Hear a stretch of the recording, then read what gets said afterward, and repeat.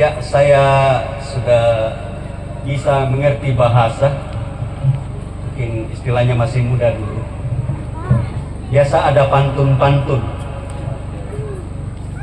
Dan saya sebagai orang tua mau mengangkat itu kepada kita. Nanti disambung pada generasi berikut sampai generasi alpha kalau sekarang. Ya. Iya.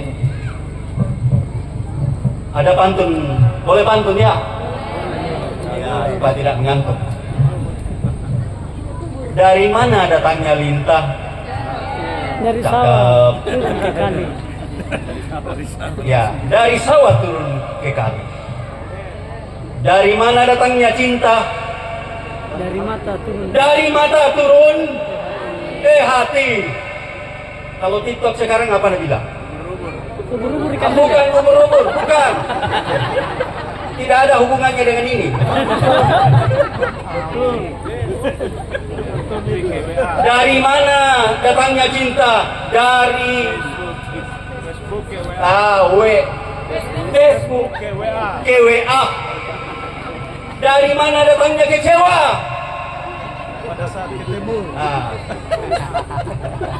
Pada saat ketemu katanya. Ketika ketemu, beda yang di posting mungkin. Ya, mukanya beda ya, mungkin begitu. Tapi itu anak muda, ya, yang biasa TikTok. Lupakan itu. Ini hanya pembuka saja. Karena malam ini berbicara tentang cinta. Oke. Saya hubungkan dengan bacaan ini dengan yang biasa juga. I love you. Bahasa Inggris. Biasa toh. Aku cinta kamu. Aku suka kamu. Inang iko mandari lampe nawangku. Inangku kamasiko. Baik. Mantap. Bapak Ibu, Kidung Agung ini berbicara tentang kasih atau cinta kasih Tuhan kepada umatnya. Olehnya itu dalam bacaan ini di Kidung Agung pasal 8 ini ayat 5 sampai 7, yang pertama ialah ya, siapakah dia yang muncul dari padang gurun? Ini mengingatkan Bapak Ibu saudara-saudara, Allah yang telah membebaskan umatnya dari tanah perbudakan atau rumah perbudakan di Mesir. Allah telah membawa mereka keluar dari tanah Mesir melalui kepemimpinan Musa, Harun dan Miriam. Dan luar biasa, 40 tahun dalam perjalanan, bajunya, pakaiannya tidak lusuh, tidak robek, kasutnya pun tidak robek. Begitu kesaksian firman Tuhan. Kita bisa bayangkan 40 tahun, luar biasa kasih Tuhan kepada umatnya untuk dituntun sampai ke tanah perjanjian. Ini sejarah. Lalu dilanjutkan, yang bersandar pada kekasihnya. Jadi Allah itu terhadap umatnya ya, luar biasa ya. Umat Israel, jadi hubungan Allah dan umat Israel yang bersandar pada kekasihnya. Kalau bersandar Bapak Ibu ya, ketika bersandar pada mungkin dadakah seorang mempelai, seorang istri, ketika dia menyandarkan badannya atau kepalanya, ada rasa tenang ya. Ada rasa damai. Ketika bersandar, ada ketenangan. Apakah biasa Bapak Ibu? Yang sudah suami istri, kalau yang belum beristri jangan. Dibayangkan pun jangan. Ya. Ini sandar-sandar di dada sang suami, sang istri, betah, merasa tenang, aman. Ada yang begitu Bapak Ibu, khususnya ibu-ibu, terhadap sang suaminya? Banyak, puji Tuhan. Ya. Tapi biasa dikuai, damu kabu dampo. Nah, tadi ampo. Atau naik lagi anak damu. Kenal mo. Ya. Padahal ketika menyandarkan badan yang kuat kepada sang suami, ada rasa tenang, ada damai, luar biasa. Ini perlu direnungkan dalam-dalamnya Bapak Ibu. Jangan sampai, atau adakah sang istri sandar kepada suaminya orang lain?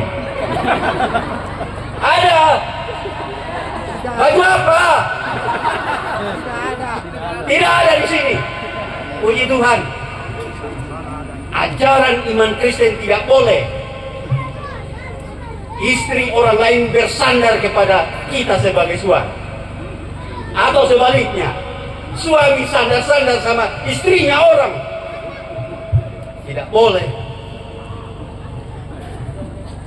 Walaupun kata selingkuh tipis-tipis, tipis atau tebal sama. Benar? Kalau pendeta Yani katakan, amin ko. Ya. Jadi yang benar ialah seorang mempelai ya boleh. Delia sama Yohanes boleh besok. Bukan sebentar, tapi besok boleh sandar-sandar. Artinya apa? Sang istri merasa tenang, merasa bahagia karena sudah ada yang harus bertanggung jawab. Ya baik, saya kira selesai ini yang pertama. Yang kedua, taruhlah aku seperti meterai pada hatimu. Meterai itu Bapak Ibu Saudara-saudara adalah tanda sah, legal, resmi. Meterai itu adalah ketika ditempel di kertas atau dokumen yang berharga, maka itu adalah sah. Pusat dari kehidupan manusia adalah hati. Ya. Olehnya itu tadi I love you atau saya, baru gambar love, baru engkau atau kamu. Iya. Mengapa ada gambar-gambar love? Hati, karena hati kita sebagai manusia adalah pusat dari keputusan-keputusan yang harus kita ambil. Itu berarti bahwa Amsal ini hendak menegaskan kepada setiap pasangan suami istri, sebagaimana Allah terhadap umatnya sebagai kepala rumah tangga, sebagai suami, dalam mengambil keputusan-keputusan harus melibatkan sang istri. Begitu ya, Anis. Gandelia. Ya. Jangan coba-coba tidak melibatkan apakah istrimu, apakah suamimu di dalam hatimu untuk mengambil keputusan. Ya. Karena kalau tidak dilibatkan itu, apalagi kalau melibatkan orang lain, ini yang kadang-kadang menggoyahkan rumah tangga. Ya. Kalau hati kita itu sudah istilahnya sudah dimasuki dengan ya gangguan-gangguan dari luar, tantangan-tantangan dari luar. Kalau tidak bijak, kita bisa mengambil keputusan yang salah. Ya. Dari pikiran kita, dari otak turun ke hati sehingga melahirkan tindakan. Ini sangat penting dalam bacaan kita tadi. Dalam mengambil keputusan sangat penting memikirkan dan melibatkan bagaimana dengan pasangan kita, sang istri kita, dan sebaliknya juga sang istri harus begitu. Berikut dikatakan seperti meterai pada lengan. Lengan itu berarti tangan yang harus bekerja. Tangan tidak boleh berpangku tangan. Ya. Tetapi tangan itu harus bekerja. Untuk apa? Untuk bertanggung jawab di dalam membiayai kehidupan sebagai sebuah rumah tangga. Amin. Ya. Siapa yang malas pasti tidak dapat apa-apa, tidak akan mendapat berkat dari Tuhan. Tangan rajin diberkati oleh Tuhan.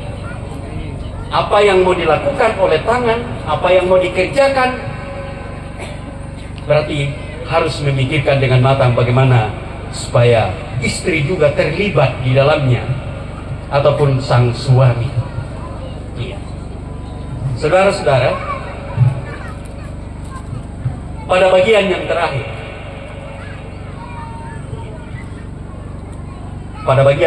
dalam bacaan ini, begitu pentingnya dan mulianya tentang cinta yang Tuhan karuniakan kepada kita sebagai manusia, dan teristimewa kepada mempelai dan kepada suami istri. Maka cinta itu tidak bisa ditukar dengan apa saja, baik itu harta atau kekayaan. Karena itu dalam bacaan kita tadi, walaupun ditawarkan atau ada godaan-godaan tentang apa yang mungkin di dunia ini dianggap lebih berharga, tetapi itu dihina. Kata dihina di sini berarti ditolak. Jangan ditukarkan cinta kasih hubungan suami istri dengan barang-barang yang lain. Tapi ini perlu perenungan. Ya. Karena tidak bisa kita pungkiri, tidak dapat kita tutup mata. Banyak orang yang tergoda. Namun sudah lama sebagai suami istri, tetapi toh juga masih bisa digoda dengan apakah kekayaan, apakah dengan kegagahan, apakah dengan kecantikan,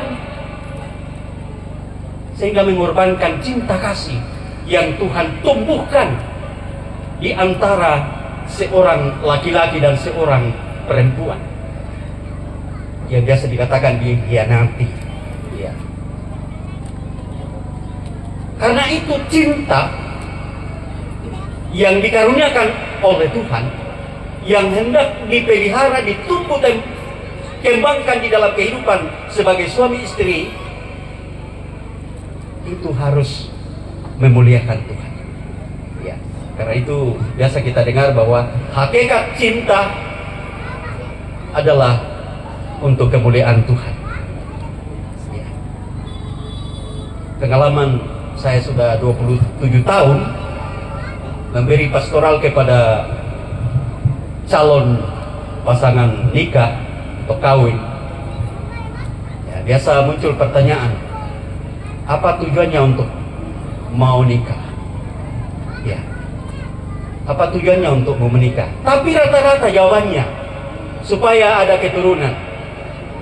Tapi kalau tidak diberi keturunan, bubar. Tidak. Ya. Bukan karena soal keturunan itu satu-satunya, tetapi ada banyak tujuan hidup dalam perkawinan. Karena perkawinan itu, hubungan sebagai suami istri itu adalah untuk memuliakan Tuhan. Dikasih keturunan sebagai titipan yang harus dipertanggungjawabkan, atau belum dikasih atau tidak dikasih, jangan ada muncul kita cerai.